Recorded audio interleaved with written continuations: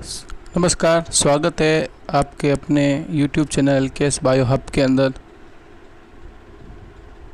आज हम पढ़ेंगे कोशिका आधारभूत संरचना, सेल एंड इंफ्रास्ट्रक्चर। तो शुरू करते हैं परिचय। कोशिका प्रत्येक जीवधारी की आधारभूत संरचनात्मक एवं क्रियात्मक इकाई है। कोशिकाएं स्वतः जनन का समर्थन रखती है।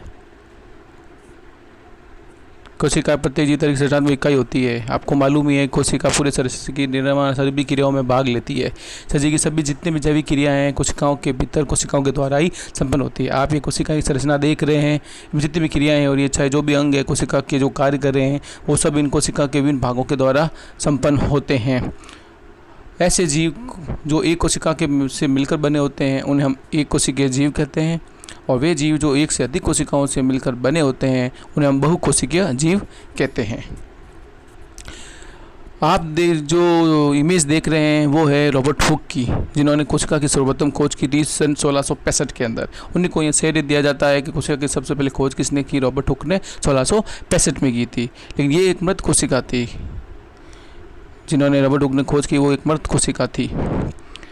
आगे सर्वप्रथम जीवित एवं मुक्त कोशिकाओं की खोज ल्यूवेनहॉक ने की थी। आप ये जो इमेज देख रहे हैं वो है ल्यूवेनहॉक की। इन्होंने सर्वप्रथम जीवित एवं मुक्त कोशिकाओं की खोज की थी और ये श्रेय उनको जाता है। यदि अपन लिविंग ऑर्गेनिज्म की बात करें सेल की, तो वो श्रेय जाता है रॉबर्ट हुक को। कोशिका के अध्ययन को हम कोशिका विज्ञान कहते हैं।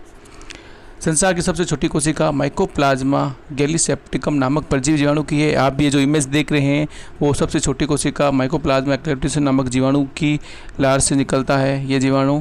और सबसे बड़ी कोशिका है शतुरमुर्ग का अंडा। ये आप जो शतुरमुर्ग की इमेज देख रहे हैं, इसका जो अंडा होता है उसमें वो सबसे, इसके अंदर जो कोशिकाएं पाई जाती है वो सबसे बड़ी कोशिका होती है। और ये कोशिका बहुत ही लंबी है और मानव के शरीर में पाई जाने वाली सबसे लंबी और सबसे छोटी कोशिका है सेरिबेलम ग्रैनुलर सेल होती है ये। और मानव शरीर में पाई जाने वाली सबसे बड़ी कोशिका है अंडाणु तथा सबसे छोटी सबसे लंबी कोशिका है तंत्रिका न्यूरॉन होती है। अतः आप ये जो इमेज देख रहे हैं वो मानव को सबसे लंबी कोशिका तंत्रिका कोशिका जिसे हम न्यूरॉन कहते हैं, और सबसे छोटी कोशिका जो शरीर में सबसे लंबी है वो है अंडाणु। इसी तरह आप देखते हैं कि कोशिकाओं में पाए जाने वाले केंद्र की उपस्थिति के आधार पर कोशिकाएं मूल रूप से दो प्रकार की होती है। ये कौन कौन सी है? सबसे पहली कोशिका है प्रोकैरियोटिक कोशिका और दूसरी है यूकैरियोटिक कोशिका। तो आप इसके बारे में पढ़ेंगे। प्रोकैरियोटिक का और यूकैरियोटिक कोशिकाओं में क्या क्या अंग होते हैं, कौन कौन से भाग होते हैं, इनमें क्या अंतर है, ये प्रश्न एग्जाम के अंदर पूछा जाता है। तो आइए हम ये डिस्कस करें कि प्रोकैरियोटिक कोशिका के कौन कौन से अंग हैं और कौन कौन से भाग हैं जो इनके कार्य में मदद करते हैं। तो सबसे पहले हम देखते हैं प्रोकैरियोटिक कोशिका। ये इमेज प्रोकैरियोटिक कोशिका की है। तो आप इसको इमेज के अंदर सबसे बाहर जो रेड कलर का पार्ट देख रहे हैं, जो उभरा हुआ पार्ट है उसको हम कैप्सूल कहते हैं। और इसके नीचे जो येलो कलर का पार्ट है, जो कैप्सूल के जस्ट नीचे पाया जा रहा है येलो कलर का पार्ट है, जिसको हम सेल वॉल या कोशिका भित्ति कहते हैं।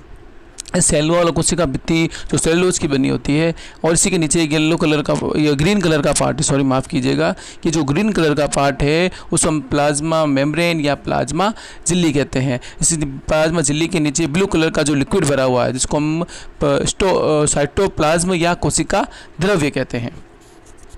इसके बाद में आप देखेंगे कि इस कोशिका द्रव्य के अंदर अलग अलग प्रकार के ब्लू कलर की जो वो बॉल स्ट्रक्चर है जिसको हम राइबोसोम कहते हैं। ये राइबोसोम अलग अलग पूरे कोशिका प्रोकैरियोटिक कोशिका में पाए जाते हैं। उसके अंदर जो रेड कलर का पार्ट है उसके अंदर डीएनए और आरएनए और जिसको प्लाज्मिड पार्ट है वो पाया जाता है। और ये जो ग्रीन कलर का पार्ट उभरा हुआ उसको हम प्लीहा कहते हैं। और ये जो रेड कलर का पार्ट है जिसको हम जो मतलब ये ग्रीन कलर का पार्ट है जो एक दागिनुमा संरचना है उसको हम बैक्टीरियम फ्लेगम कहते हैं। और इसके अंदर जो ये गुच्छनुमा संरचना है जालिका में जो रेड कलर की संरचना पाई जा रही है उसको हम गुणसूत्र या क्रोमोजोम या सर्कुलर डीएनए, इसके अंदर सर्कुलर डीएनए या न्यूक्लियोटाइड कहते हैं। ये संरचना पूरी आप प्रोकैरियोटिक कोशिका की देखते हैं। इसके बाद में हम बात करेंगे यूकैरियोटिक कोशिका।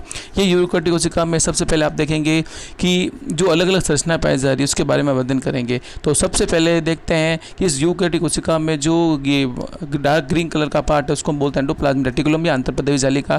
जो सेंटर पार्ट है जिसको हम बोलते हैं न्यूक्लियस या नाभिक। और जो आगे ये जो द्रव भरा रहता है उसको हम बोलते हैं साइटोप्लाज्म कोशिका द्रव। और जो दागिनुमा संरचना जिसको बोलते हैं साइटोपिंजर या साइटोस्केलेटन। उसके बाद में नीचे की ओर हम देखते हैं कि ये जो रेड कलर के बिंदुनुमा संरचना पाई जा रही है जो राइबोसोम है, ये राइबोसोम 70 और 80S प्रकार के होते हैं।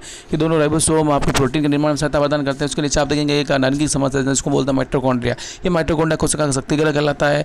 ये कोशिका की ऊर्जा को ATP के रूप में प्रदान करता है। उसके नीचे देखना ये जो येलो कलर का पार्ट है जिसको हम बोलते हैं लाइसोसोम। ये लाइसोसोम आपके ऊर्जा प्रदान करने का काम करता है। विभिन्न प्रकार के एंजाइम होते हैं जो एंजाइम से लाइसोसोम से निकलते हैं। इसको आत्मघाती थैले भी कहते हैं। और जो ब्लू कलर का पार्ट है इसको कैमरो गोल्जी ने इसकी खोज की थी, इसको गोल्जी काय कहते हैं। ये गोल्जी बॉडी प्रोटीन के निर्माण में आपको सहायता प्रदान करता है। ये पूरा डायग्राम आप अच्छे से बना सकते हैं। आप देखेंगे कि इसके अंदर अलग अलग प्रकार के हर कोशिकांग जो पाए जा रहे हैं अलग अलग रूप से कार्य करते हैं। हम बात करते हैं सबसे पहले प्रोकैरियोटिक कोशिका और उसके गुणधर्म के। प्रोकैरियोटिक कोशिका में क्या क्या गुणधर्म पाए जाते हैं, इनके क्या कार्य है, कौन सा अंग क्या कार्य करता है। तो इसमें सबसे पहले प्रोकैरियोटिक कोशिका में सबसे पहले है कि इसमें स्पष्ट कोश केंद्रक का अभाव पाया जाता है। इसमें केंद्रक आपको देखने को नहीं मिलेगा। जैसे आपने संरचना देखी उसमें भी केंद्रक नहीं था, ठीक है। फिर इनमें पाए जाने वाले गुणसूत्र को आनुवांशिक पदार्थ DNA द्वारा निर्मित होता है। इनमें जो आप रेड कलर के अंदर जो थाइकोनुमा संरचना देख रहे थे उसके आनुवांशिक पदार्थ DNA द्वारा निर्मित होते हैं। ये कोशिका द्रव्य के विशेष क्षेत्र होते हैं जिसको न्यूक्लियोइड कहते हैं और ये मौजूद रहते हैं तथा ये कोशिका द्रव्य में आपको बिखरे हुए देखने को मिल सकते हैं। फिर इसमें आपका DNA जो प्रोटीन के साथ जुड़ा नहीं होता है तथा प्रोटीन का पूर्ण अभाव होता है। जो इसमें DNA पाया जा रहा है जो प्रोटीन है जो गोल्जिकाएं प्रोटीन बनाती है उनके साथ जुड़ा हुआ नहीं रहता है, प्रोटीन का इसके अंदर अभाव होता है। इस प्रकार की कोशिकाएं जीवाणु तथा नीलहरित शैवाल में आपको देखने को मिलेगी। फिर कोशिका द्रव्य में जली युक्त कोशिका जैसे माइटोकॉन्ड्रिया, हरित लवक, गोल्जिकाएं, लाइसोसोम अनुपस्थित होते हैं। ये सब इसके अंदर आपको प्रोकैरियोटिक कोशिका में देखने को नहीं मिलेंगे। इसमें केंद्रक झिल्ली और केंद्रिका अनुपस्थित होती है। और इसमें इनमें जो गुणसूत्र की संख्या केवल एक ही होती है। इसमें आपको देखने को सिर्फ एक गुणसूत्र ही मिलेगा। इस प्रकार आप देखते हैं पूरी कोशिका में अलग अलग प्रकार के गुणधर्म देखने को मिलते हैं। तो अब हम बात करेंगे यूकैरियोटिक कोशिका के इसमें कौन कौन सी संरचना में कौन कौन से गुण आपको देखने को मिलेंगे। तो यूकैरियोटिक कोशिका हम देखते हैं सबसे पहले है केंद्रक झिल्ली और केंद्रिका इसके अंदर उपस्थित होती है। जो आप केंद्रक के बाद जो आवरण देख रहे हैं जो इसका झिल्लीनुमा संरचना पाई जा रही है जो केंद्रक और केंद्रक झिल्ली है और केंद्रिका है इसके अंदर आपको देखने को मिलती है। इसके बाद में एक से अधिक गुणसूत्र पाए जाते हैं कि इसमें गुणसूत्र जो है संख्या एक से ज़्यादा हो सकती है और होती है। इनमें DNA प्रोटीन के साथ जुड़ा रहता है इसलिए इसको स्टोन प्रोटीन कहते हैं। ये स्टोन प्रोटीन आपको यूकैरियोटिक कोशिका में देखने को मिलेगी। फिर है कोशिका द्रव्य में झिल्ली युक्त सभी कोशिकांग उपस्थित होते हैं। इनमें 70S तथा 80S दोनों प्रकार के राइबोसोम पाए जाते हैं। जो मैंने आपको देखा दानेनुमा जो संरचना पाई जा रही थी राइबोसोम की, ये राइबोसोम आपको प्रोटीन के निर्माण में सहायता प्रदान करते हैं और ये दो प्रकार के होते हैं 70S और 80S प्रकार के दो आपकी बुलक इकाई इसके अंदर देखने को मिलेगी। फिर है विषाणु जीवाणु को छोड़कर जितने भी विषाणु और प्रकृति के अंदर जितने जीवाणु पाए जा रहे हैं उन सब की कोशिकाओं को छोड़कर जंतु तथा पादप कोशिकाओं के अंदर आपको यूकैरियोटिक कोशिका देखने को मिलेगी। इस तरह आप ये देखेंगे यूकैरियोटिक कोशिका में अलग अलग प्रकार के जो ये पाए जा रहे हैं। तो आपको एग्जाम के अंदर ये पूछा जाएगा, ठीक है। इसी जैसा मैं आपके आगे और पढ़ेंगे इसके बारे में, इसलिए हमारे चैनल को प्लीज़ लाइक कीजिए, सब्सक्राइब कीजिए। आप लाइक करेंगे तो हमको और आगे वीडियो बनाने में प्रोत्साहन मिलेगा।